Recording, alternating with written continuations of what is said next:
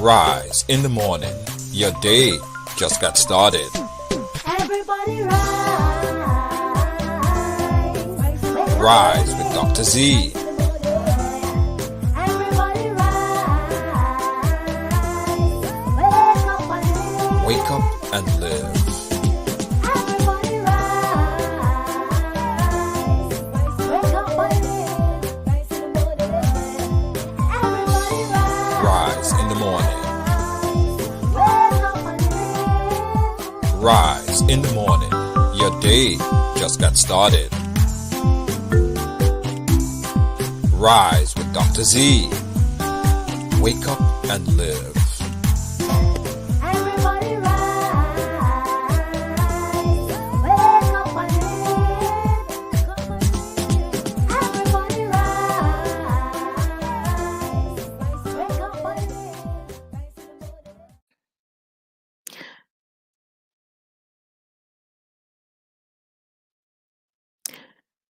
Good morning, good morning, good morning. Yes, it is awesome. It's an awesome day. Good morning, Kathy and Judith Gibson and Joan Wellington. Good morning to you guys. And it's awesome being back with you guys. Eon, yes, I see you, Eon Baker. Good to have you. Um, I just want to make some shout outs to, the shut ins, the people who can't get outside, the elderly, the sick. I just pray that God will keep you safe through this pandemic. And I want to ask you to love, share this program so that those who are shut in will be able to see it. Share this program, okay? If you're a sharer, let me know that you're a sharer. Good morning, Joycey Smith.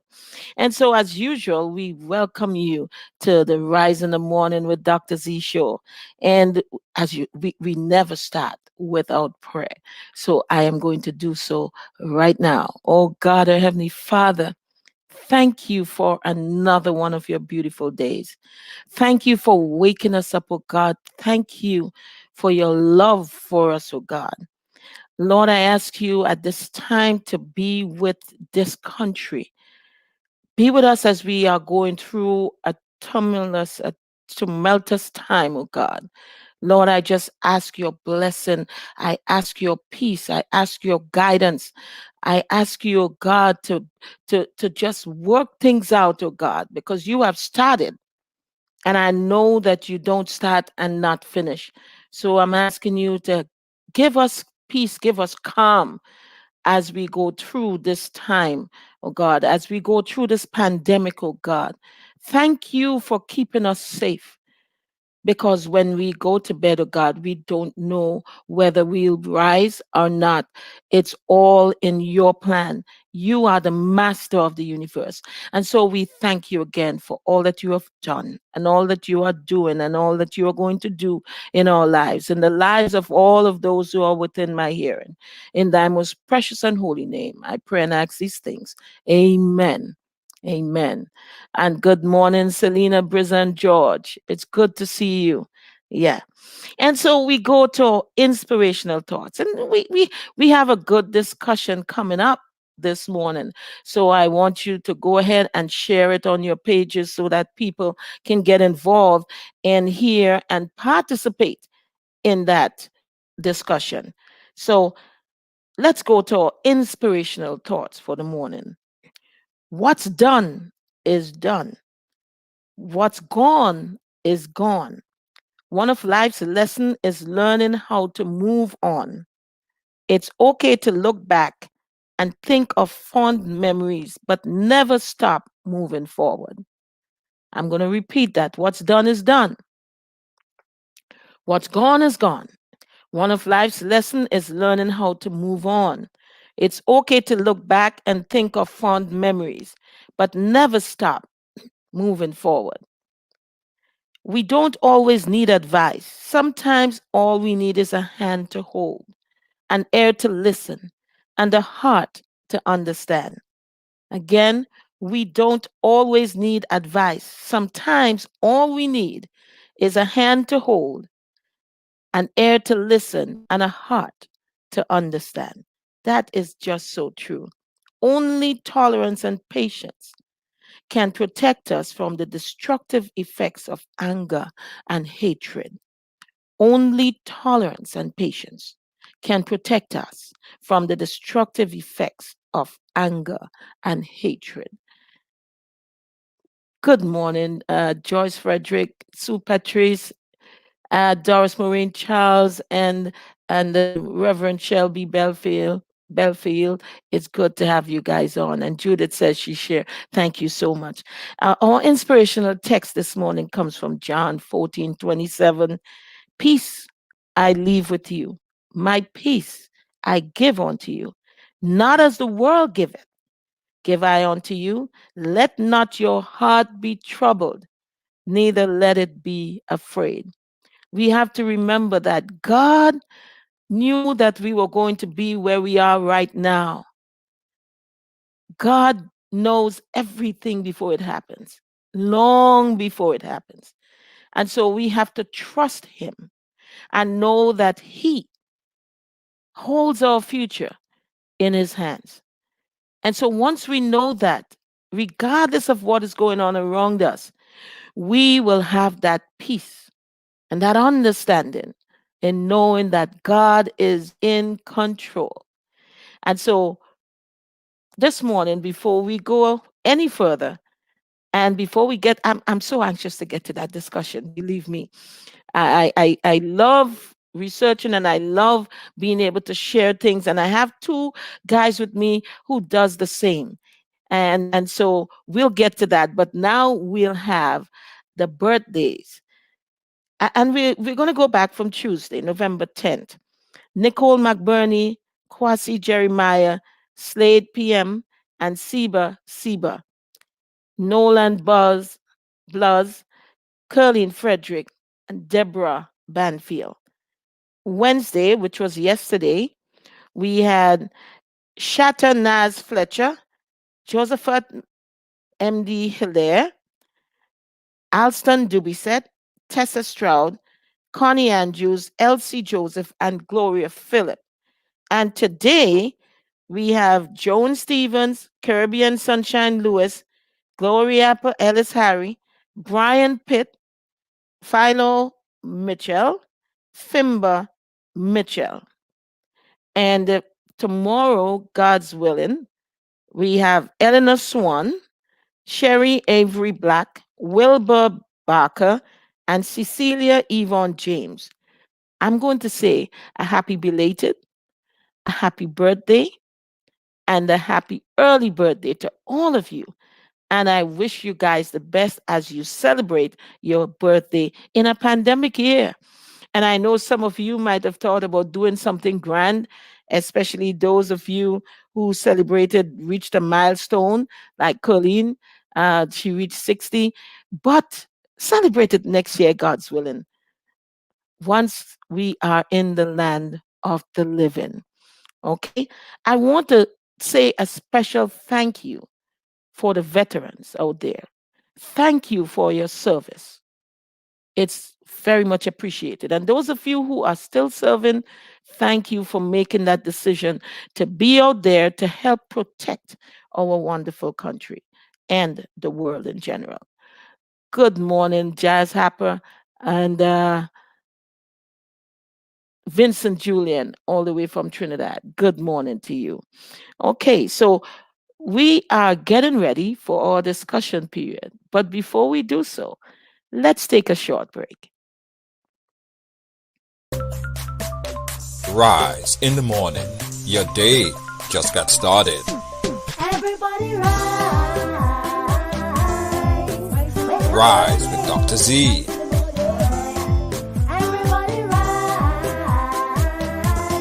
Wake up and Wake up and live. live. Everybody rise.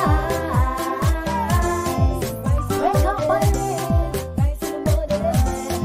Everybody Rise in the morning. wake up and live. Rise in the morning. Your day just got started. Rise with Dr. Z. Wake up and live. Everybody rise. Wake up and live.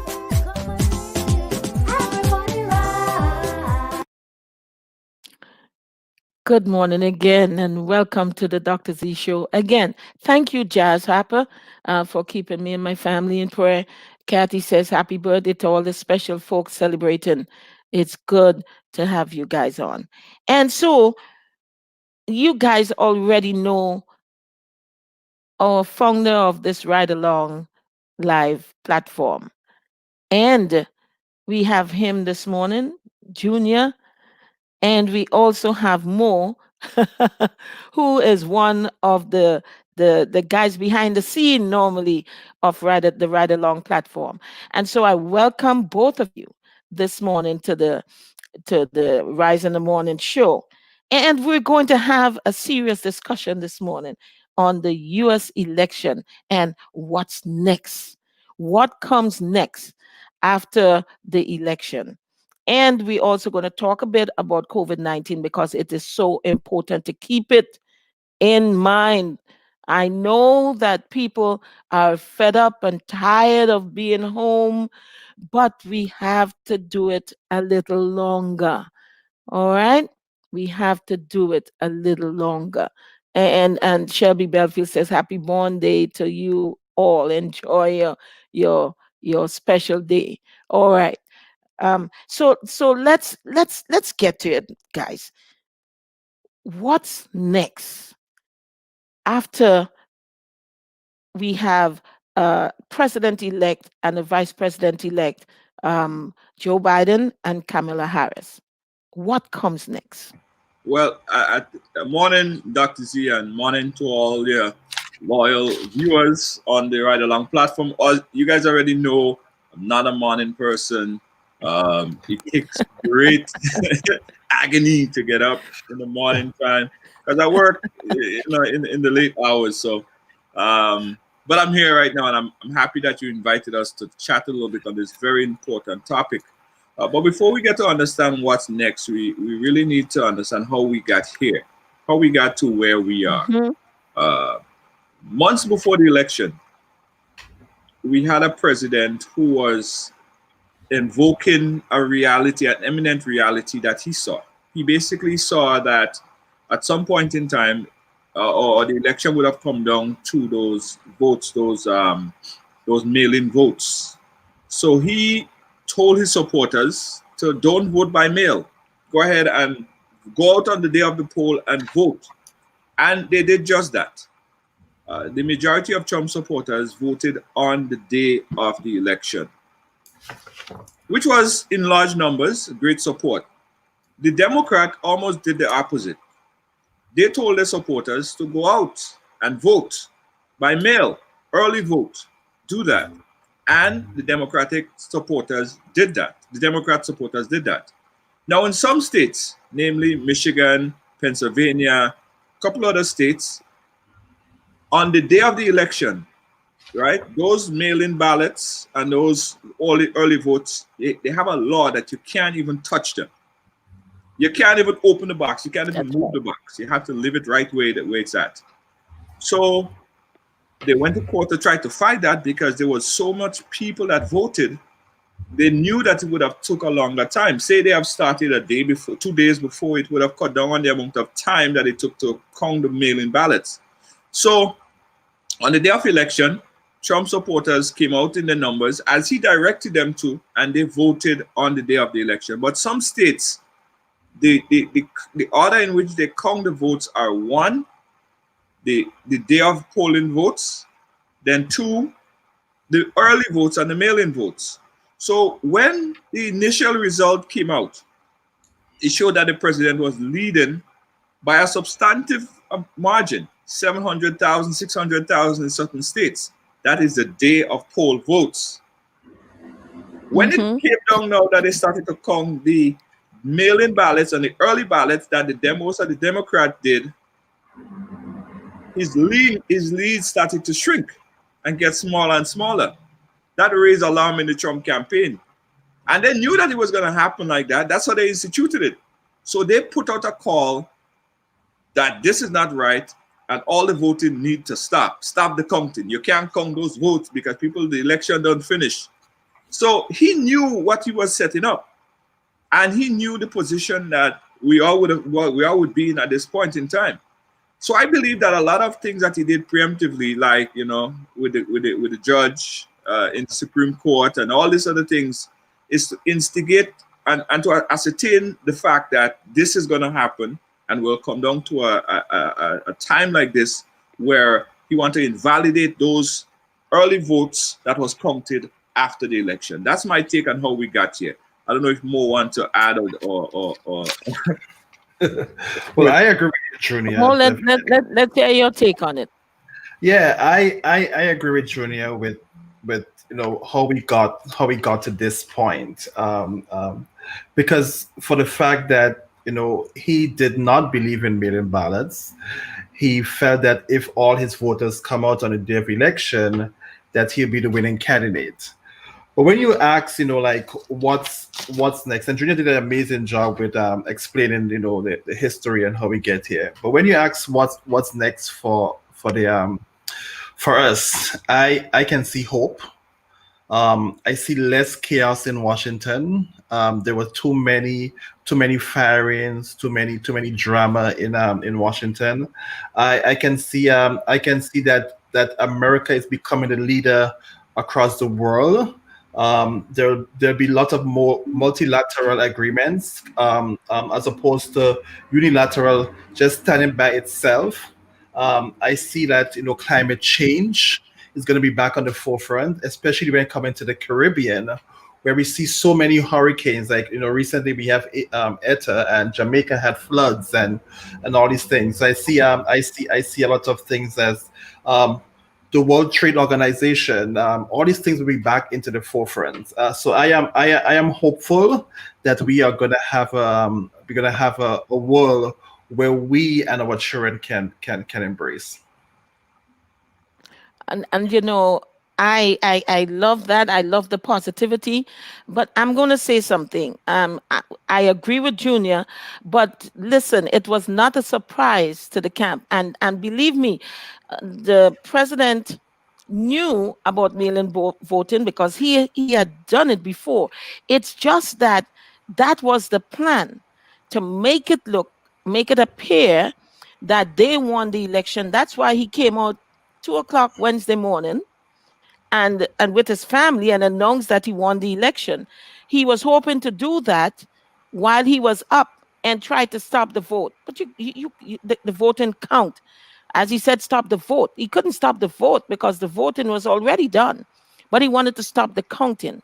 But unfortunately for him, some of the states that he thought he would have won immediately, it was in contention. And so when he said stop the vote count in one area, and he said continue counting in the other area, then the contradiction came about. And you know what? It is amazing how God works. And I see God in all of this, all what's going on. And that is something that I like. But I like the fact that Moore went on to talk about what's next. And so we're going to take a little look at the General Service Administrator, Emily W. Murphy. What you guys think about what she's doing so far? Well, you see, Dr. Z, you see, let me take a whack at this here. I think this election is really exposing a lot of loopholes in the U.S. Constitution, a lot of holes in the laws that need to be mended, right?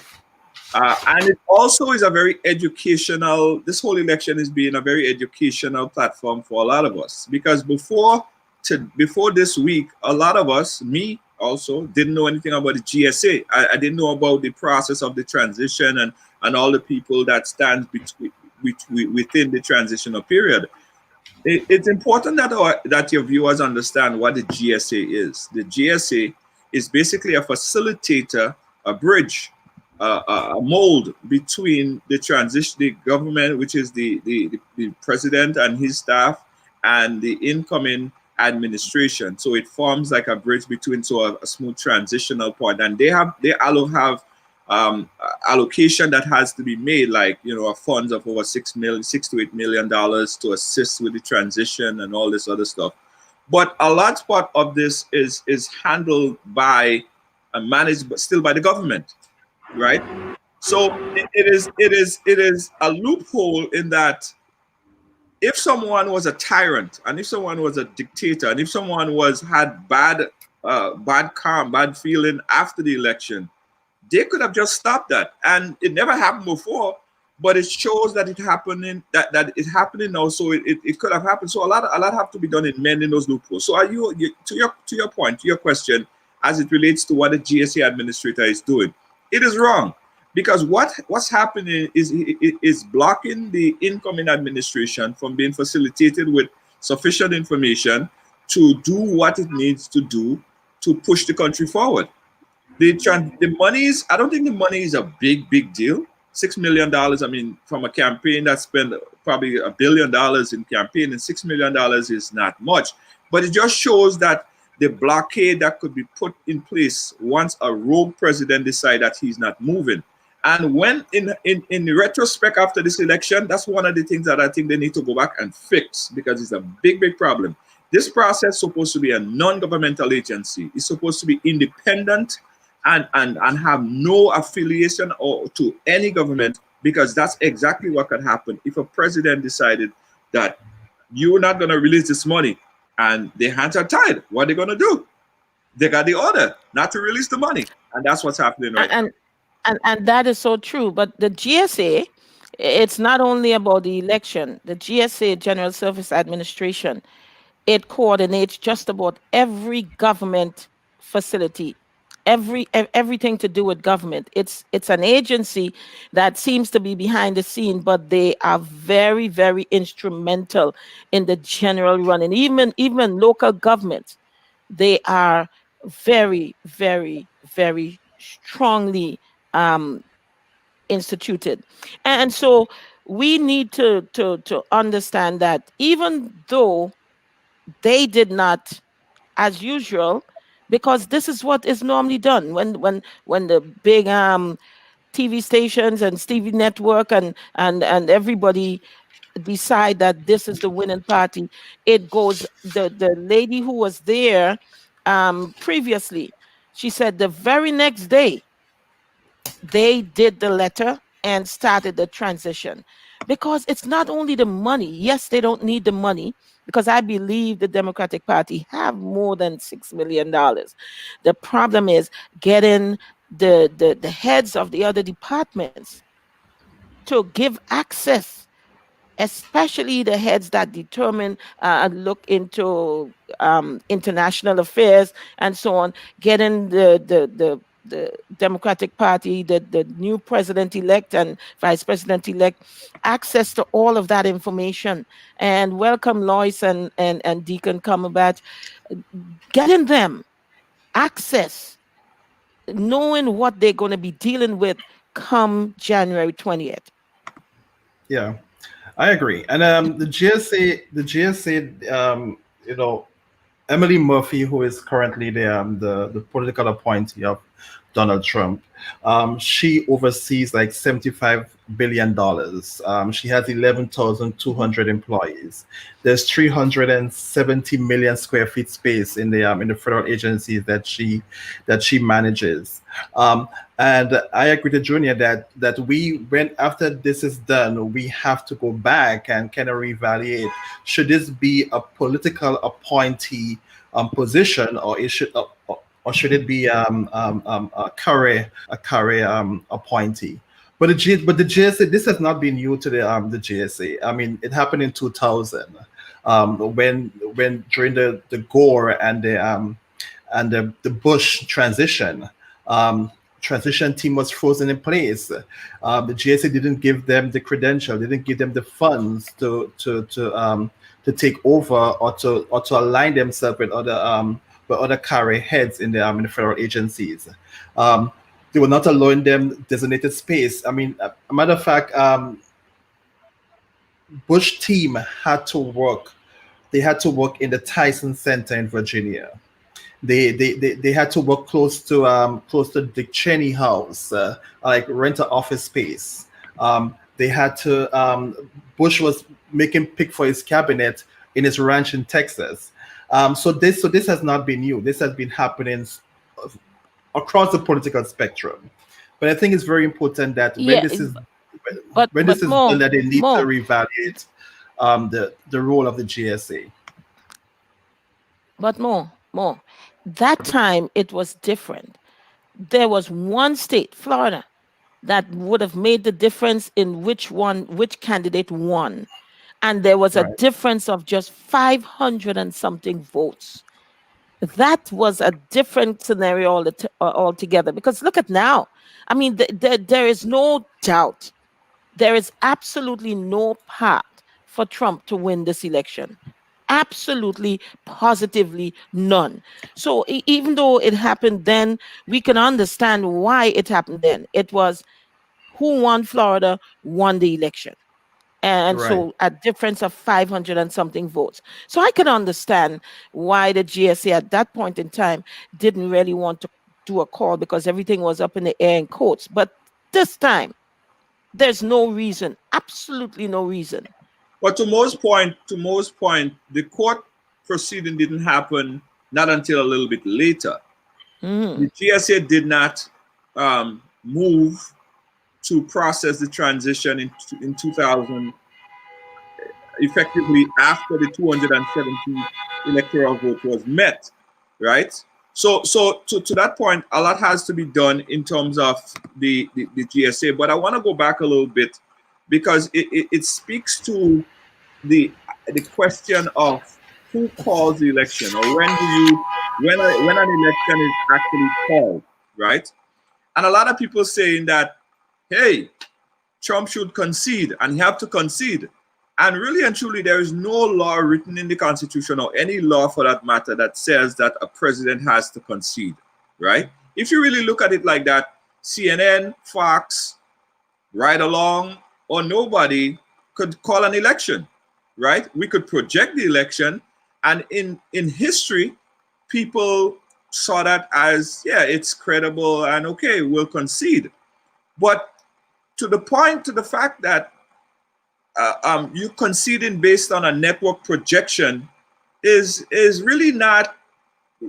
I mean, it's not. It's not. I ain't saying it's not valid, but it is still up to the person to decide if they want to go with it. Now, Trump don't have to concede, in essence.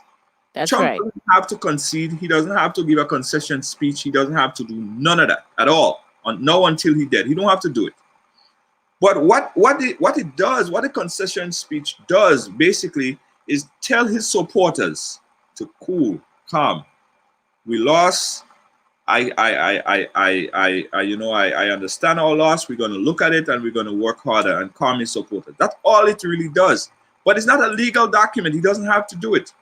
Now, the certification of the election, which happens by December 15th, that is what is important. The states have to certify the election, right? And after that point, we'll see what happens. If the GSA fail to release those funds by the time that the states certify the election, then Houston, we got a problem, right? Big Not, time.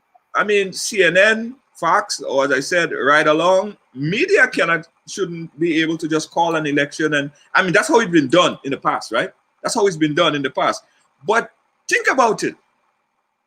A network saying that somebody win, a TV station, and then everybody go along with it. Yes, that's what it is, before the certification of the election. So I say we still have a time to go. December 15th is the certification deadline. And after that point, if the GSA still fail to move and do what it's supposed to do, then Biden has a legal argument to the Supreme Court, which would make them release those funds, right?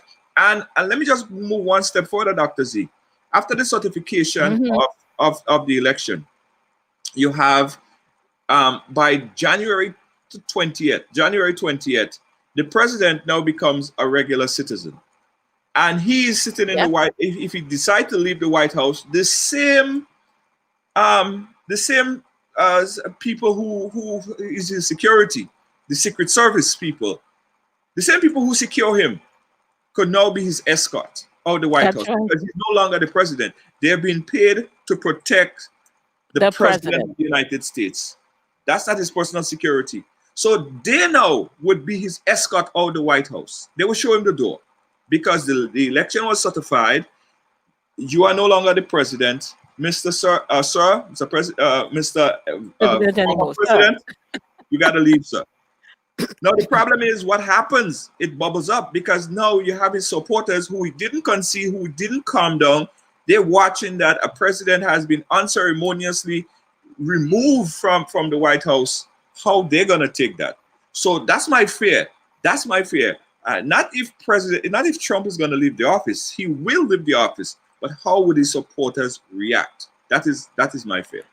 And that is so true because that's where the conceding comes in, and that's why it's important. He doesn't have to, but it's a signal to his people, and I believe by looking at things that this man thinks that he is in control of the Secret Service and everything, and he does. I don't think he really understand that as of 12:01 p.m.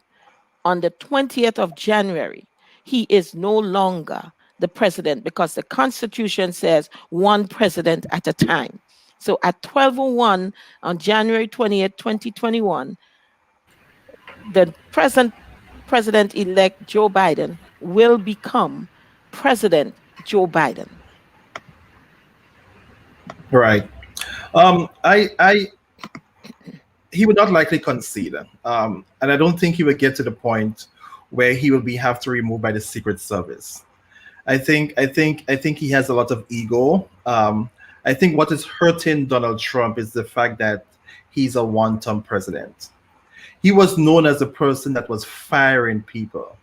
You're fired, but now the American public spoke, and they fired him after one term. He has a sense of entitlement. He was known for, he has he's preoccupied with all his fantasies about success and power and all these sort of things.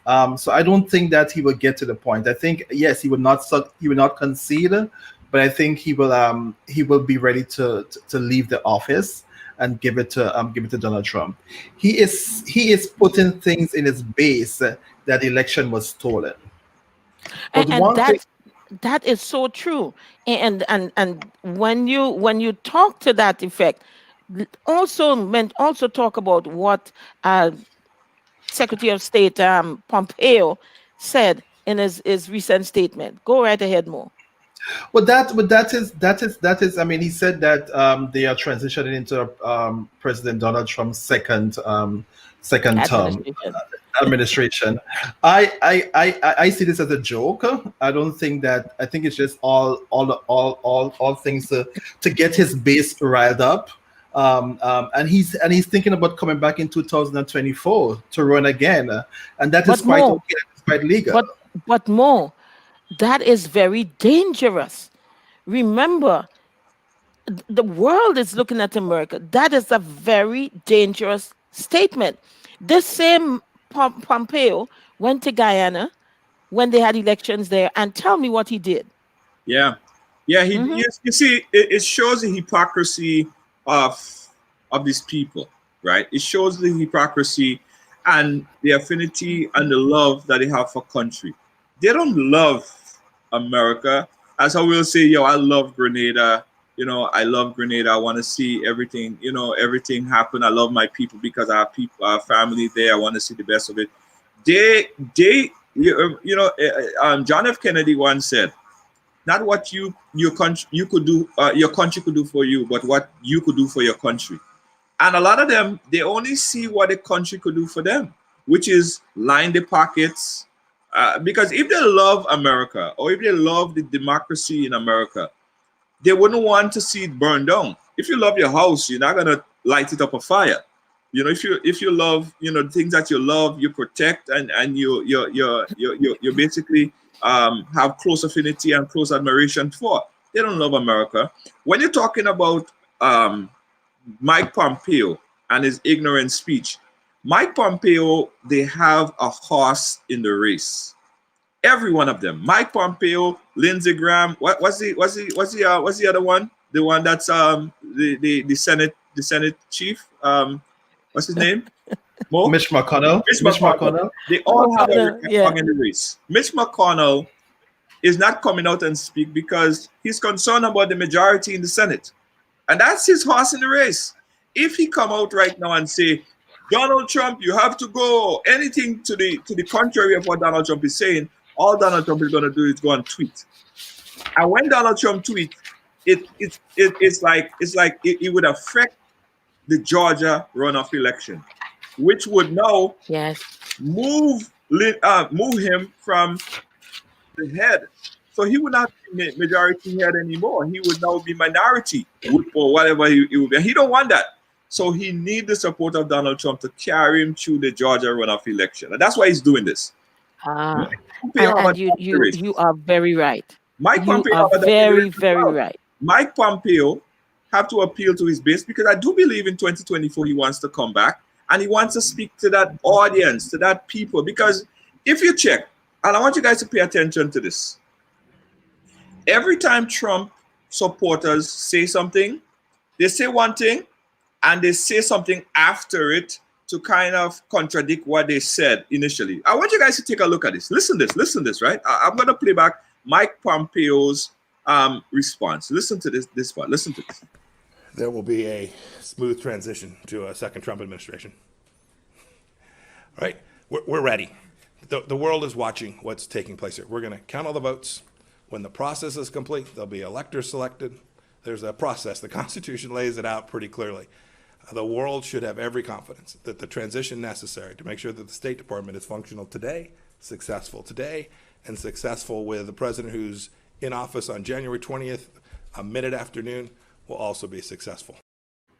Right. So he says that, and then he kind of softened it in the second part of what he said. So someone like Mike Pence, Junior, we didn't hear it. He was just he was just you guys we didn't just hear saw it? the picture. Okay, all right. Sorry No. about that. I thought you guys heard it. But essentially, he said that there'll be a successful transfer of power in Donald Trump's second term, and then he softened it up at the second part of it. So he could go back and say, well, that's not what I meant. That's not fully what I meant. And but the first part of it spoke to it was a whistle call to a particular set of people who were listening to him. So they do this all the time. That's I hear right. this all the time. They say something and someone like Mike Pence will come and say, well, that's not what he said. That's not what he meant. Listen to the whole thing. Listen to the whole Oh, thing. he was joking. Yeah. And that's what happens. That's what happens sometimes. That's politricking. It is. And he says he's not a politician, right? Launch JJ, welcome, Deacon Cumberbatch. And Kathy says that's right, Mo. He's now fired. Serafina, Kwashi, it's good to have you guys on. and you know, this is the thing that people don't understand. And that's one of the reasons why I wanted to bring this on this morning, because it is so important that people understand what is happening right now. The president-elect, vice president-elect, and he also chose his Chief of staff. his chief of staff. And this guy is a guy that is a seasoned person in politics, and a good guy. And so we know that they are continuing with their move towards the White House. And so we thank God that this is happening. Okay? So don't worry. Listen to what's going on. It is going to happen 1 minute after 12, January 20th, 2021. We will have a new president in the White House, President Biden, Joe Biden. And so it is a good thing to talk about that. But now I want us to get on this page where we are going to talk about the elephant in the room, COVID-19. This is amazingly on the back burner because we are now in the election season and trying to find out what is going to happen and what is not going to happen. But it is so important to note that as of right now, we are in a worse of situation where COVID is concerned than we were in May, June earlier this year. Guys, Yeah, well, COVID-19 yesterday, we had another record-breaking day for COVID-19. 140,000 people infected in the US. Um, and we had a set of record-breaking days that was over 100,000. Putting this into perspective, uh, the population of Grenada is 100,000 people. So we had essentially, like, if every person in Grenada, every man, woman, and child, and some was infected with COVID-19, everybody, all the doctors, all the lawyers, the prime minister, his family, everybody on the island, and all the dog and the cat and the mouse and everything that was run about in the place. Everybody get COVID-19. That is putting it into perspective here. And that's in one day. What's going to happen is we'll see that hospitals get overwhelmed because out of that 100,000 people or over 100,000 people, there in that chunk of people, there are people that are immune compromised, people that have different, that wouldn't just pass through the system just like everybody else. A lot of people will die. And that is back to what Trump and his administration is saying on the idea of herd immunity. They want this thing to just go, do what he has to do to people. But the people who will have more immune compromised, people who are essential workers, people who need to go out there are people in the Black community. And that has disproportionately affected the Black community in the past 200,000 people that died. So it is affecting us more than it's affecting everybody else. It's affecting us more than the white community or anybody else.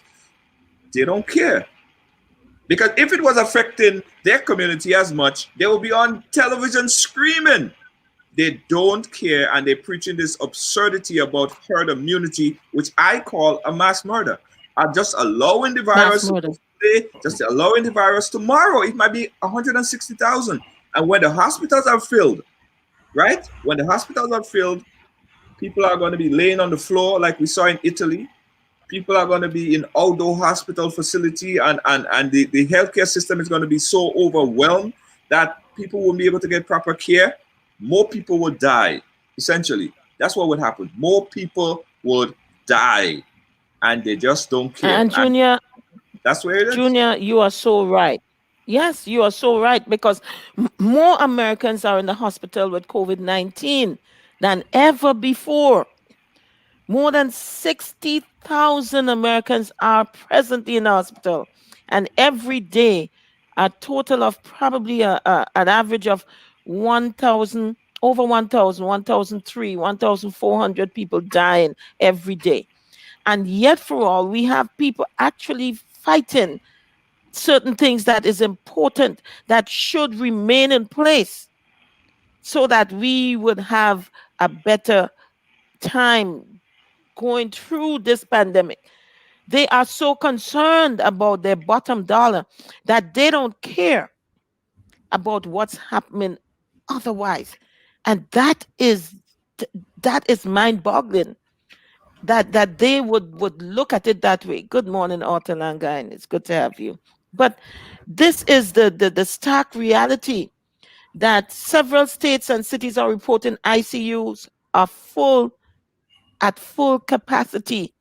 That means that they have no space for more people coming in. If they're finding over 100,000 people each day having this COVID, over 20 million people in America have the virus.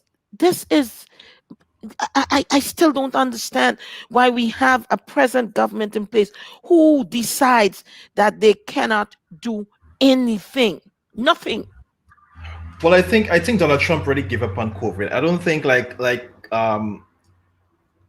when with Mike Pence being the chair of the COVID-19 task force, prior election, they never met for like 4 weeks.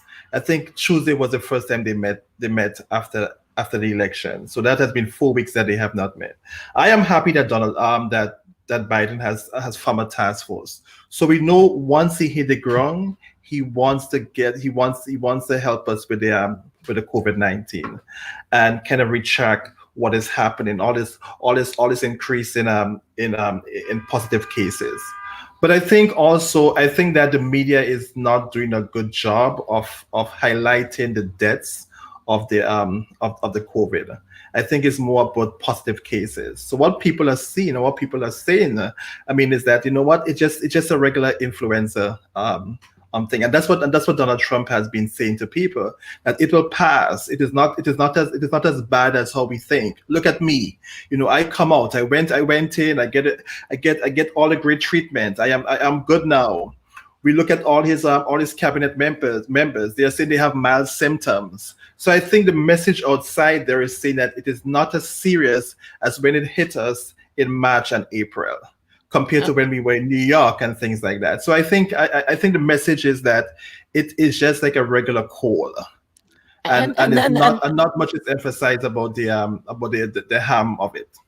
and that's the thing about it, because people not understanding. Yes, look at this. The president, the senators, all of them, they have access to the best care. Walter Reed, they have plasma transfer and all these different things that we don't have available to us. We And it's very don't. costly. And look Yeah. at Doris Maureen Charles. You remember we talked about that. Texas have refrigerated containers outside their hospitals to store bodies, like we had at one time in New York. It's Right. just that it is affecting more than New York and these areas now that has come true to a certain extent. It's affecting those other regions just as it had affected us. But people in our region think because we no longer have refrigerated trucks and so on outside the hospitals that everything is okay. No, it's not okay. And it's not okay. People are dying. Over how many millions have died in the world so far? This is not a regular influenza. We don't have access to the kind of care that the president and these senators and so on have. We don't have it, and we never will have it. So we need to do what is important to ride this thing through. Well, I think there are better treatments outside, and now I'm not endorsing that we do not have to practice, like care, like wash our hands, social distances, and wearing the mask. But I think that we have better treatment that is presently outside there, and the death rate has dropped. It has not dropped drastically, but it has dropped, compared to when the early stages of COVID. So yeah, so I agree Well, definitely. I it think has that dropped. It I has think dropped in our area, but it has right. not dropped. You see, and that's the problem, because we're no longer seeing the trucks, the refrigerated trucks, and it's not being reported in this area about those things happening anymore, like how it was when we really started here in New York. But the same thing that we went through then, other states are going through it now. But we're not getting those news because we're not in those states. So I'm saying let's not trivialize these things. And yes, people they understand the disease a bit more now, and they know what is going on in the body, so they're able to help. But remember, there's still about 1,400 people dying a day. Do you understand how many people that is in 1 week? If Yeah. 1,400 die in a day, and I how think many in a month? what we need is, like, I remember like cigarette advertisements where it was very scary watching them. Like, I can remember I can recollect with a woman who had to speak through a mic on a neck because she was smoking. I think we need advertisements like that. I think we need to highlight to the American public that that COVID is a public health, and it's not an individual health, because you have an underlying disease, that it is your fault that you get COVID. I think we have to change that perspective. And I think we need to put messages outside there. How many times do we see COVID messages about, on ads, running and say that it is important for us to social distance. And if we don't do those things, this is what will happen. How many times do we see ads on bus stops? How many times do we see ads in on like on our way on our commute? So I think we need to we need to have the message outside there that this is dangerous, because not much people watch Yeah, television. that's true. That is true. That is true. And right now, New York is looking to put limit on private gatherings and require bars and restaurants to close daily at 10 p.m. So even though they did so much to right to it, because of the interstate transfer, things are getting bad again in New York. And so we have to understand that regardless of how we feel, and I know it is tough. I know it's hard. People are tired of staying home. People are really, really tired. But here's the thing: the three places where they find that COVID-19 is being is raising its head really at an alarming rate is in bars and gatherings and churches. And yes, I am a minister, but I have to talk the truth. You know, that is where the COVID-19 is spreading at an alarming and higher rate. Yeah, You you know, asked a question earlier as it relates to the deaths per week and per month and going forward. So if we have about 1,400 people dying right now on a weekly basis, that would daily, equate daily, daily. Sorry, on we're a looking at daily about basis. 9,800 people dying per week. That and times that by four, almost 39,000, close to 40,000 people that's dying on a monthly basis. So it, That's it right. is it is it is it is 40,000 people. That is 40% of the population of Grenada. I like to bring it back to the perspective of an island, because think about 40% of your entire population dead. I think people kind of bring it home much easier when they see it like from that perspective. Now I am out there. I do a lot of funerals. I see the deaths. I see the refrigerated trucks in front of those funeral homes.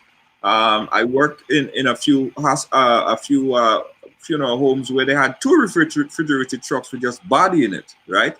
And that was there for months and months and months and months and months. What I see now, being in working with those funeral homes, is that it starts to slowly spike up again, having seven and Hmm. eight and nine funerals per week, and that's absurd. You know what I mean? That is really Yeah. absurd. They have to be they have. I mean, listen, to the families that are dying, they're not just numbers. They are people. There are people that you go and Yes. they're crying and they're begging and bawling out their eyes, like, why this had to happen to him? Why this had to happen to her? Husbands losing their wife, children standing over the casket and bawling out their eyes because they can't understand, like my mom died, what I'm gonna do next. Some of them ain't even come to the rationale, the reality of what it is. um, the truth and the fact about it is, this is serious. It's not just a number. Hmm. People are dying. So we Yeah. essentially have to operate like we're in autopilot. We cannot rely and expect a president or a prime minister to take care of you. You have to institute rules to protect yourself and your family, like I did. In my house during March, I had a meeting with my family. I said, listen, this is serious. We're going to enact some new policies. Nobody gets on the train. I mean, I drove everybody where they needed to go. On top of that, nobody came here. Block off the borders. Nobody came into the house. Then the mail that came in, nobody touched the mail except me. The groceries, I made sure that it's all sanitized before it gets into the house. All of these things that we need to do. Look at, we have to protect ourselves. We cannot just sit by and say, okay, well, the president needs to protect me or the prime minister needs to protect me. The prime minister is not going to come and put a mask on your face, right? They could That's tell you to right. put a mask, but you have to make sure that you put on a mask. You have to make sure that you wash your hands. Every you go to the gas pump, you pump gas, sanitize your hands before you go back in your car and start touching stuff. All of these things are just common sense things that you need to do and start and forget. Think about like if we don't have a president right now. Think about like we don't have a president. You don't have nobody to guide. You have to guide and protect yourself and your family because it's serious. And people are dying. Hand sanitizer still works. Wearing a mask still works. Social distancing still works. Implement those things, right? Implement those things. And look, none of us here caught it because we have been adhering to some of these basic things. We have basic common sense. We're not COVID-19 deniers. We wear a mask. We do all these things, and we are. I I would think, and that's the last point I'll make because I know I don't want to filibuster this discussion. Um, I would think that if anyone would have come in contact with COVID, it would be me. I am there every That's single right. day with people crying and bawling out the place, right? But I haven't caught it. Knock on wood. That I hopefully I don't never catch it. But I take a lot of preventative measures to ensure that I keep myself clear of COVID. And But yes, Junior, um, go ahead, Mo. Go ahead, Mo. no, I was just responding to Junior. Sometimes yes, we have to take responsibility for ourselves, but sometimes we need our leaders to lead by example. And I think that's where it was with Donald Trump and his supporters. They if he's not leading by example, if he's not showing or doing the right thing, they would not take it upon themselves to do that. Because in their mind, what he's saying that it is a hoax, and in their mind it is a hoax. I am immune to this. This would not happen to me. So I think it's very important for our leaders because this is a public health. So I think it's very important for our leaders to show example, put measures in place so that these things can be executed. Yes, we have to be responsible, but at the same time, we have to make sure our leaders are doing the things that will make us be safe also. And more, you are right to a certain extent because I'm going to say it and with no compunction that most of Donald Trump's supporters seem to have this cult-like attitude towards him, and so cult as a cult leader, and so whatever he does they do. And if he says that it's nothing, they believe it. And if he does not wear a mask, they don't wear a mask. And if they wear a mask, he actually makes fun of them for wearing a mask.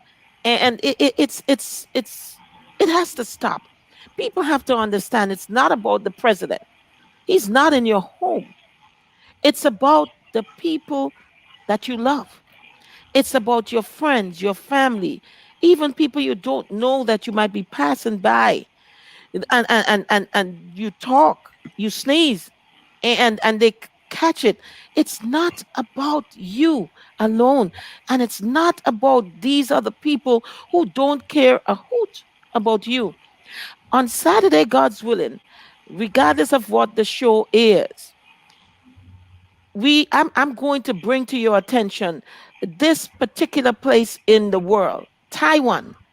It's the world's envy right now because as of October 29th, they recorded 200 days with no local cases of COVID-19. And I'm going to tell you how they did it. And so we would get a chance to understand what we need to do. So tell your friends, get them ready to come on Saturday morning because regardless of what the program is, I am going to talk about what Taiwan did in order to be the envy of the world right now. So we will have an idea of what we need to really do. Jazz Harper says it's very serious. I did the same thing. I handled all mail sanitized, haven't had anyone in my home since March. The hardest part for me is I haven't seen my mother since February. Didn't want to take a chance passing anything to her and her husband. And yes, we have to be careful. And even if we have people in our house, you have to make sure you know them to the extent where you know where they are, what they do, how they operate. because just Well, having other you people. can't, Dr. Z. You can't. Yeah. You can't. You just No, no, simply no, no, no. I'm going to tell you. I know that you shouldn't. But what I'm saying is that if it happens, please know these people, know yeah. them to that extent, you Right. know. And my thing is, I go down sometimes to New York to visit my mom, and so I make sure that I do the things necessary to keep from being the one to bring something to my mom. Do you know how I will feel if I bring COVID-19 to my mother and she dies? Yeah. Have we thought about those things? What are we going to say to the rest of the family? The Please. worst thing to be patient zero. Yeah. I don't want to be patient zero. Yeah. Yeah. I, So I don't want to be the one that caused Yeah. anyone to get Yeah. COVID. And to have them in the hospital and know that no family member can really go to visit them. You're not there to comfort them, to help them through. They feel like nobody cares because they're not, especially the elderly who really needs us at one point in time. But you know what? We have to forego that to a certain extent for now. And if you know that you have elderly family members you're going to visit, please do the right thing to make sure that you're safe and that they are safe. Any final words from you guys? well, I just want to say, as it relates to the U.S. election, I want everyone to just take a deep breath, breathe. It's important to breathe. In fact, my watch tells me every time when I need to take a deep breath, it helps you focus, it helps you concentrate. But seriously now, I everybody should just take a deep breath because I do believe that it's going to be okay. I do believe that the certification of the election will go through. This is not even going to go to the Supreme Court because why? Like It's not there's no close. contention. It's not like there's no evidence, and you don't just take a case to the Supreme Court. You have to go to the courts proceeding before you get to the Supreme Court. And there is no serious court that's going to take on a case based on somebody's emotion. Oh, I'm hurt. I'm Ju- hurt. I feel bad. My chest. Junior, Junior, they're actually offering $1 million to anyone who can Right. come forward with any problems with the counting of the vote. 1 million.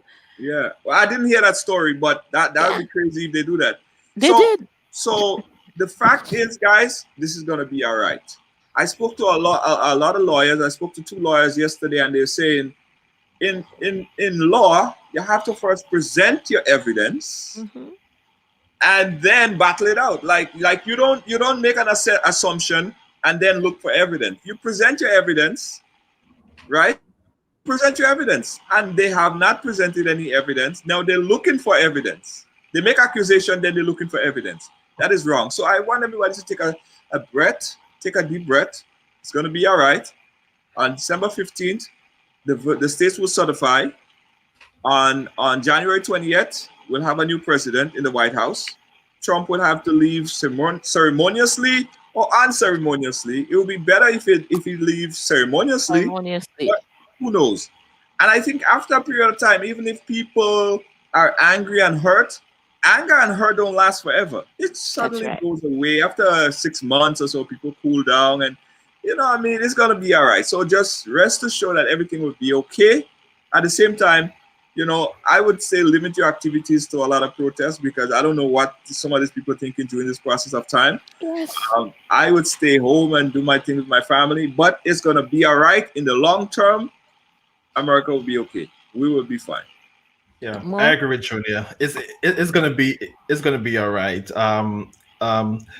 It's there might be some judges. I'm sure there might be some judges who are aligned to the Republican Party and who will probably um, take something on the table, put it on the desk that in some states, but there's not enough evidence in order for elections to overturn.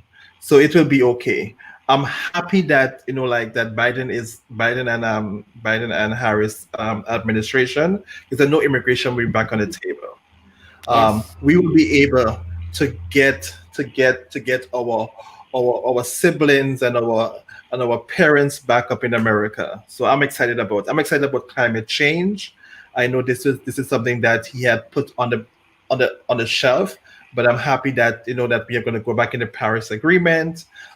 There might be some uncertainty, especially when you are in the Caribbean. What Donald Trump has done, he had reduced all the funds for NGOs in the Caribbean and charities in the Caribbean. I don't know if Biden will get back to that, because domestically we have a lot of issues happening in the US. We have the COVID. We still have to give the stimulus package to the American people, and that is still on the table. So I believe that there is a lot of hope. I'm excited about this administration, and everything will work out. So just rest assured that there is enough checks and balances in the US that the democracy will prevail. American public love democracy. Yes. It seems that though there might be some disruptions. Look at what happened. That they said that there will be going to be have a big drama that's going to be happening in the U.S. after the election. People went and buy guns in the South. There's no guns on the shelf right now, and it's a scam while the process is working out. I think we have to give the benefit to the American public that they believe that Biden already left. They may still have some reservations that there was some fraud, but not to the point where the election will overturn. So just rest assured, everything will be okay. Thank What you. we need Thank to you, Mo. do is to go and vote. Those who in Atlanta, please go there and vote for the In runoff, Georgia. because in Yes. Georgia, because if we don't get a Senate, is what happened to Obama 8 years for 8 years for 6 years of 6 of his 8 years. He was not able to make legislative decisions because the Senate has been blocking him, especially Yes. for Black people. So it's Yes. very important that if you're out there, hit the ground, go back and have the long wait, and get our two Democratic senators into the Senate so that Biden will have a smooth transition of making so many changes that we need, even as Black people. Thank you, thank you, thank you, Mo. And I just want to say that Kathy says they're just making a fool of themselves at the court. And Doris Moraine Child says God is in the driver's seat. Everything will be okay. And I'm saying, please know that God already know what is going to happen. He already know what's happening. Please take the scientist's advice, especially with Thanksgiving coming up. Leave it off this year. Leave that big celebration off this year. Leave it for next year, God's willing, when we'll be able to really and truly give thanks to God for seeing us through the pandemic. Wear your mask, social distance, wash your hands, and trust God to see us through, because He does have the final say. He is the one who is protecting us, keeping us safe, but we have to do our part. Because if we don't do our part, then things will happen. Don't believe because we are Christians, we are immune to things happening to us. No, we're not.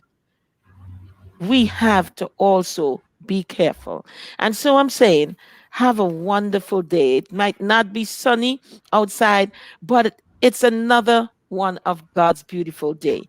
And so thank you for coming on. Thank you for listening. Thank you for tuning in. And I'll see you again on Sunday. Not Sunday, Saturday morning. Thank you, Joe. Thank you, Joe Biden and Kamala Harris, for winning the election and becoming president elect and vice president elect. Thank you, Junior and Mo, for coming on the Dr. Z show this morning and helping to enlighten everyone who has listened. Thank you, and God bless you. Amen.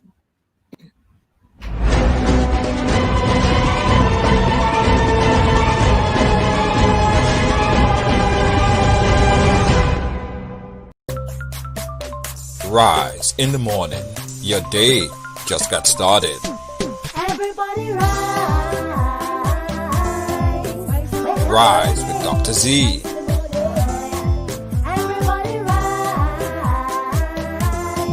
Wake up and Wake up and live. live. Everybody rise. Wake up and live. Everybody Rise in the morning. wake up and live. Rise in the morning. Your day just got started. Rise with Dr. Z. Wake up and live.